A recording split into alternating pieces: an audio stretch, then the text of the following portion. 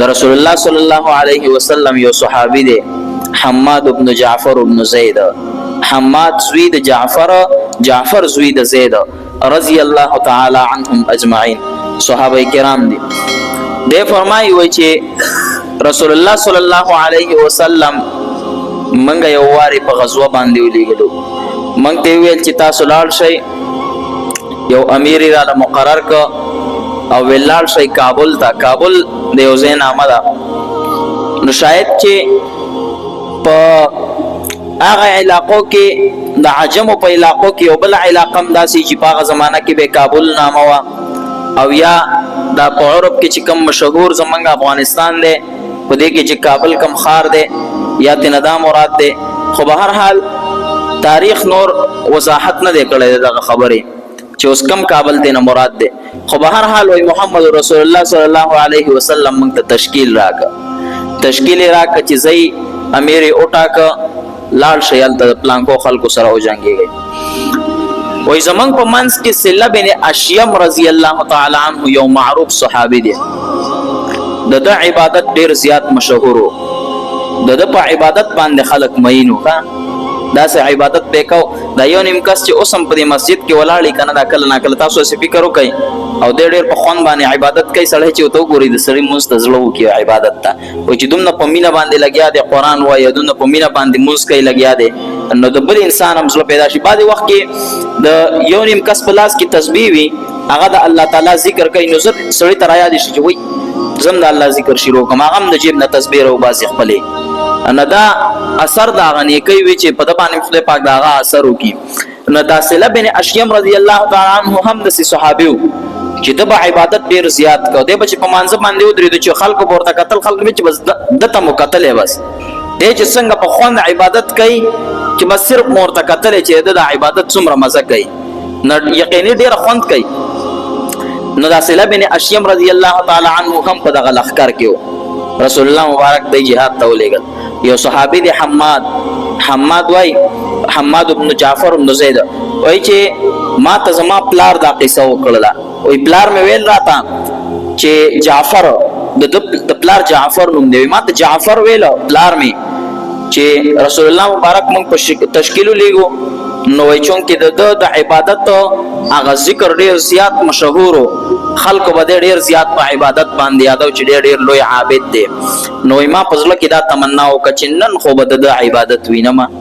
چې ډېر څنګه د خدای عبادت کوي، نن خو به دا زه معلوموم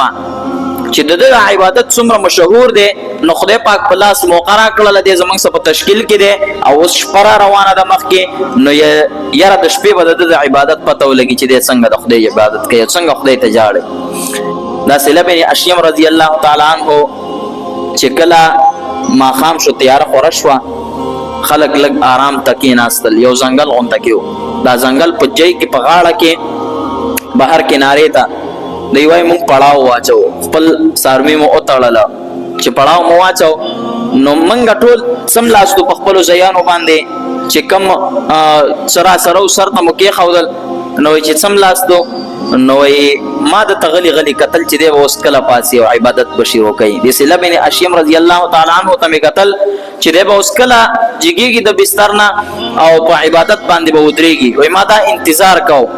نو وایي دم دا انتظار کو چې کله به دا خلک ویده کېږي چې زه پاڅم او د الله عبادت شروع کړم. وایي ته دا انتظار کو، ما دا انتظار کو چې دی به کله پاڅي چې د عبادت ووینم. نو وایي په دې کې ټول خلک وده شو، خراټې شروع کړلې. خلق داسې په بیغمه خوب باندې وده شو چې خراټې شروع کړلې. نو په دې کې د اخوا دېخوا وکتل چې ټول وده دي، نو بس راپاڅېدو د خپل ځای نه راپاڅېدو. سله بن اشیم رضی الله تعالی عنه وایي ځان سره یې اوبه واغستې د مشکېزې، لاړه ځنګل ته کوز شو، ځنګل ته ورکوز شو. داسې وایي زه ورپسې پټ پټ ورکوز شوم، غلی ورغلم ورپسې شاته. چې ځنګل ته ورپسې ورغلم، د چاره دام وکړلو، ځان یې برابر که او بس د خدای په عبادت باندې ودرېد. نیت یې وتړه، چې نیت یې وتړه که نه، وایي زه ورته اوس ناست یم غلی غونډه کې ورته پټ یم، ناست یم دی په عبادت باندې ولاړ دی. وایي ناګهانه وایي تیاره م وه، زه غلی ولاړ یم، د عبادت ته ګورم ډېره مزې راکړې ده راته. وایي په دې کې ناګهانه د ځنګل نه یو زمری را روان شو، یو شیر غټ شیر را روان او د غړمبېدو سم आवाजونه کول وي زه بالکل داسې ویریدم سم وختره باندې ودرېد زر زر ونې ته وختم چې دا خو بلا راووته اوس به مخوري برابر به مو کي زه ونې ته وختم او دی په خپل عبادت باندې ولاړ دی ما ویل چې دی به اوس څه کوي ځکه دا خبره خو د خطرې ده که نه ما ویل دا ګمان مې کړ دی به اوس څه کوي لګیا دی اوس به د شیر سره څه کوي وایي صله بن اشیم رضی الله تعالی عنه دومره قدر فرق هم نه راتلو د هغه په عبادت کې داسې په عبادت باندې ولاړو چې د هغې نه زیات اخلاص او ډېره خشوع وضوع پکې پیدا وه په هغه عبادت کې ولاړ دی چې سلام یې وګرځاو کېناسته په دویم رکعت باندې نو دا شیر یې خواته کېناسته ده ته یې مخ ورتاو کو وایي ورک شه ته راغلی دلته راغلی دلته ستا خوراک نه میلاویږي زه په ځنګل کې چېرته بل ځای کې ځان له خوراک تلاش کا نو چې دا خبره کولو هغه خپل आवाज تیز کا شیر او بس مخې داسې تاو کو لاړو واپس ځنګل ته روان شو وایي دا قصه مې په خپلو سترګو باندې ولیدله او زه وره په ونه کې ناست یم او د شیر ته صرف یو دوه خبرې وکړې لاړو روان شو او په خپل عبادت باندې بیا ودرېدو نیت یې وتړلو او وایي زه دته د سهاره پورې ناست یم چې دی څنګه عبادت کوي ما د عبادت لیده او دی په عبادت باندې ولاړ دی او عبادت څنګه کوي چې کله د سحر وخت داخل شو د سلام وګرځاو څوک به دومره لوی عبادت وکړي د سحر وخت داخل شو نو د سلام وګرځاو چې سلام یې وګرځاو نو هلې غونته کې راغو بیا په خپل ځای باندې څملاست چې څوک مې ونه ییني خو وایي زه ورپسې شاته پټ پټ بیا راغم خپل ځای ته مې ځان راورساو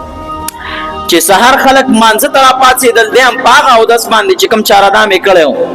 په هغې باندې د سحر مونځ وکړه چې د سحر مونځ یې وکړلو نو امیر صاحب راپاڅېده د مجاهدینو چې کوم مشر و کمانډر هغه راغی او مجاهدینو ته ویل خپل ځان تیار کړئ ځو سبا غزا ته ځان رسو لاړلو چې کله ماسپښین ټیم شو نو موږ د جنگ میدان ته رسېدلي وو د جنگ میدان ته رسېدلي وو نو دشمن هلته په سپونو کې ولاړ موږ دلته په سپونو کې ولاړ وی والله العظیم مام شپرونه کړې وه په ایښه مې تېره کړې وه صله بن اشیم هم شپرونه کړې وه په ایښه یې تېره کړې وه وی هغه دومره تازه و چې ډولدا ښکارېدل نه چې د خوب نه دی کړی دومره تازه و تر و تازه هیڅ چاته نه محسوسېدله چې یاره د خوب هم لا نه دی کړی او وایي زه داسې ګډ وډ وم که نه وایي چې الله عالم دی چې د دا خوب څنګه پوره شوی دی دا حماد وایي الله عالم دی په دې خبره باندې چې د دا خوب څنګه پوره شوی دی زه دې ته حیران یم ځکه وایي ما شپرونه کړې وه زه داسې ګډ وډ وم سترګې را باندې پټې پټې ناراسته چست نه وم بالکل ناراسته پاراسته وم او دی داسې چست چې بالکل په میدان جنګ کې ناشنا خبره وایي دا عجبه خبره ده چې کله دشمن د مقابلې آواز وکړلو پخوا په زمانه کې د جنګونو یو ترتیب و جنگونو ترتیب دا و چې کله به دوه لښکرې د یو بل سره مخامخ کېدې په جنگ کې نو د جنگ په دوران کې به د مخالف لښکر نه یو کس راووتو یو بهادر یو مضبوط پهلوان چې کوم به په هغې کې زورور ګڼلی کېده راوبوتو میدان ته او توره به یې راوویستله په لاس کې به یې ونیوله وایي هل من مبارز څوک شته دی زما د مقابلې ستاسو په لښکر کې زما د مقابلې څوک شته بعضې وخت کې به د ټول لښکر هغه مقابله صرف د دې دوو کسانو په سر باندې منحصره وه که چېرته به دې دوو کسانو مقابله وبیله نو بس ټول لښکر به ماته منظوروله چې بس موږ ماته وخوړله خبره ختمه ماته مو وخوړله نو دا صله بن اشیم رضی الله تعالی عنه په پیلانی سب کې ولاړ دی یو بل صحابي سره خوا کې څنګ په څنګ ولاړ دی چې کله هلته نه مبارز راووته او چغې کړله ای څوک شته د مقابلې وایي سره د دې چې ټوله شپې عبادت کړی دی ټوله شپې په عبادت تېره کړې ده خوب یې نه دی کړی تورې راوویستله او د امیر صاحب نه اجازت واخیسته اجازت راکوه زه تیار یم د مقابلې ته صله بن اشیم رضی الله تعالی عنه توره راوویسته یو ورسره بل صحابي شو او دوی دواړه لاړل میدان ته وروتل چې کم کسان د مقابلې دپاره دوه راوتي وو پهله یې هغه ووهل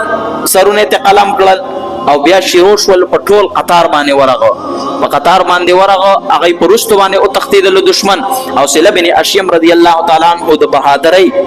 او د یو دلیرۍ په د شیر په رنګ د نډر په میدان باندې ورغه او په دوه کسه باندې هغه حماد رضی الله تعالی عنہ فرمای وای چې والد صاحب میرا ته ویل چې دای په دوه کسه باندې د دشمن د خلکو ناغه میدان ډک کو د مړو نه دومره اوجل بلا شي کسانی اوجل وای الته د دشمن امیر چې د لخر مشرو وای هغه ویل خپل ملګرو ته وای چې د عرب خو بلا بچی دی وي په دوه کسه باندې منګه د سکوتر کو نه کدا دا ټول لخر را باندې را خوشی شو نه څوک بم تخلاصي ای بس لاس یو چت کړل چې منګه تسلیم یو باغ زه باندې خدای پاک فتح را نصیب کړل تا سره د دې چې د الله تعالی عبادت په داسې حال کې نه پریدي دغه خلک عبادت خوند او لذت ال پیدا کیږي چې کله انسان په خپل ځان باندې مهنت وکړي کله خپل ځان باندې مهنت وکړي د خلکو زړونه په مسجد کې تنګيږي حالانکه د محمد رسول الله صلی الله علیه وسلم روایت ده